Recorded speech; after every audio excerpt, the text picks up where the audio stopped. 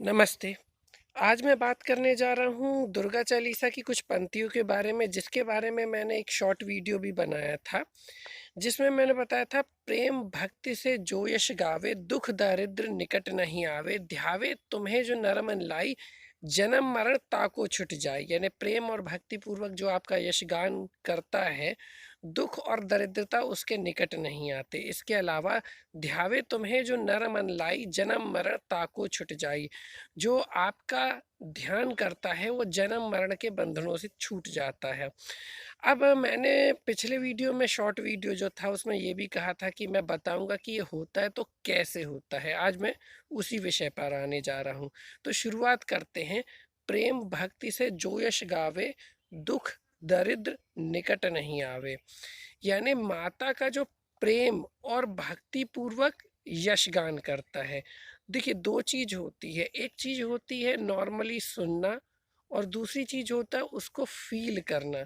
जैसे कि उदाहरण के लिए कोई एक मूवी लगती है, हजारों लोग उस मूवी को देखते हैं, कोई उससे कम प्रभावित होता है, कोई उससे ज़्यादा प्रभावित होता है। इसी को मैं आध्यात्म में लेकर के आता हूँ। जब राम कथा लोग सुनते हैं, और या फिर भागवत कथा सुनते हैं, या माता की महिमा सुनते हैं, तो कोई उससे कम प्रभावित होता है, कोई उससे ज़्यादा प्रभावित होता है। अगर मनोरंजन जगत में आप देखो तो जो ज़्यादा प्रभावित होता है तो उसे फैन कहते हैं, वगैरह वगैरह, डाई हार्ट फैन वगैरह वगैरह शब्द इसमें यूज़ किए जाते हैं। लेकिन आध्यात्म में जब ये बात आती है तो उसमें उसे हम भक्त या फिर अनन्य भक्त की संज्ञा देते हैं। और इस दुनिया के अगर सबसे अनन्य कोई भक्त हैं, अगर उसकी हम संज्ञा दे सकते हैं, तो वो है वीर बजरंग बली, जो कि राम कथा में एकदम रम जाते हैं। ये बात आती है सिर्फ और सिर्फ वीर बजरंग बली जी के साथ। तो किस तरह से हम कथाओं के स्वरूप को अपने स्वरूप में ढालते हैं। जब हम मन में किसी कथा, किसी विजन, किसी व्यक्तित्व को लेकर के चलते हैं, तो कहीं ना कहीं वो व्यक्तित्व हमारे अंदर में आता है। जिसका इष्ट जैसा होता है उसके आचरण धीरे धीरे वैसे होने लगते हैं। तो जैसे मैंने इस लाइन में कहा, प्रेम भक्ति से जो यश गावे, दुख दरिद्र निकट नहीं आवे। तो पहला तो दुख होता है। तो माता जो है दुर्गा, दुर्गा यानी दुर्गुणों का और दुर्गति का नाश करने वाली शक्ति है माता। तो जब हम किसी ऐसी शक्ति का यशगान कर रहे हैं जो दुर्गति का नाश करती है या दुखों का नाश करती है, तो स्वतः ही हमारा जो माइंड सेट होता है वैसा बनता है कि हम निर्विघ्न बनते हैं।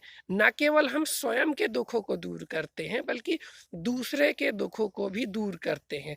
दो चीज होती है, एक होता है समस्या स्वरूप और एक होता है समाधान स्वरूप। तो जब हम माता का यश गान करते हैं, तो न केवल हम स्वयं के लिए बल्कि अपने परिवार के लिए, अपने समाज के लिए दुख हरता सुख करता बन जाते हैं। तो पहली चीज तो क्लियर हो गई, माता कैसे दुखों को हरती है। और दूसरी चीज, हम बन तो गए वैसा दुख हरने सुख करने वाला, लेकिन दुख हरने सुख करने के लिए केवल जज्बा या फिर इच्छा शक्ति नहीं, उसके लिए ताकत चाहिए, आत्मबल चाहिए। तो वो भी हमें माता अपनी शक्ति से देती है। और दारिद्र, अगला वर्ड आता दरिद्रता यानी निर्धनता। तो माता जो है स्वयं महालक्ष्मी का प्रतीक है। जैसे कि ये अगर दुर्गा चालीसा का पिछले वीडियो आपने नहीं देखे हैं, तो मैं चाहूँगा यहीं पे पॉज करके आप सबसे पहले इस चैनल को सब्सक्राइब करें और दुर्गा चालीसा रिलेटेड पुराने वीडियो जरूर देखें। उसमें मैंने लक्ष्मी जी को बहुत डिटेल में एक्सप्लेन किया है कि वास्तव में धन संपदा लक्ष्मी होती क्या है, उसका विज्ञान क्या है, हमारे जीवन में कैसे महत्व है, उसका पावर कैसे चलता है। तो यहाँ आप मेरे पुराने वीडियो अगर देखेंगे, तो किस तरह से दुर्गा चालीसा और माता के यशगान से लक्ष्मी आपके जीवन में आती है। क्योंकि माता लक्ष्मी स्वयं ही जगत माता है, और जब हम माता वर्ड ही यूज करते तो माता लक्ष्मी उसमें आ ही जाती हैं। दुर्गा जो है सरस्वती, लक्ष्मी और पार्वती यानी कि काली जी, तीनों का मिश्रित स्वरूप कहा जाता है इनको। तो लक्ष्मी हमारे जीवन में आ जाती है, और जहाँ हमारे जीवन में लक्ष्मी आ जाती है, तो अलक्ष्मी तो चाहती ही है। और क्योंकि दुर्गा चालीसा में आपको लक्ष्मी और अलक्ष्मी दोनों की पूजा करके दोनों की कृपा प्राप्त करने की विधि आपको इन वीडियोस में, अगर आप दुर्गा चालीसा से रिलेटेड वीडियो देखते हैं तो मिल जाएगी। इसके लिए मैं चाहूँगा इस चैनल को सब्सक्राइब करके आगे आप जरूर देखें। अब अगली लाइन पे आता हूँ। तो पहले तो क्लियर हो गया, दुख दरिद्रता निकट नहीं आवे, कृपा तो मिलेगी ही, जो कि पिछले वीडियो में बता दिया। साथ में किस तरह से ये आपके जीवन को परिवर्तित करेगी, बहुत शॉर्ट में मैंने आपको बताया है। अगर डिटेल में किसी को कोई शंका है तो कमेंट बॉक्स पे क्वेश्चन पूछ के मैं उस पर और विस्तार में वीडियोस बना के क्लियर कर दूंगा। अगली लाइन पे आते हैं। ध्यावे तुम्हें जो नर मन लाई, जन्म मरण ताको छुट जाए। यानी जो व्यक्ति आपको ध्यान करता है, यानी कि दो चीज होती, भक्ति करना और ध्यान करना। ध्यान यानी एकाग्र होकर के आपको जो याद करता है, शांत अवस्था में आपको याद करता है, योग में आपको याद करता है, मेडिटेशन की यहाँ मैं बात कर रहा हूँ, शांत मन से एकाग्र होकर के जो आपको याद करता है, वो जन्म मरण के बंधनों से मुक्त हो जाता है। तो जैसे कि अध्यात्म में अगर हम जाएं तो आध्यात्म में क्या होता है, हमको जीवन मुक्त अवस्था, कर्मातीत अवस्था, निर्बंधन अवस्था, और अगर मेडिटेशन की बात करें तो अशरीरी अवस्था, ये अवस्थाएं जो होते हैं ये योग में आती हैं। तो जब हम माता का ध्यान करते हैं तो ये सारी अवस्थाएं हमें इस जीवन में ही प्राप्त होती है।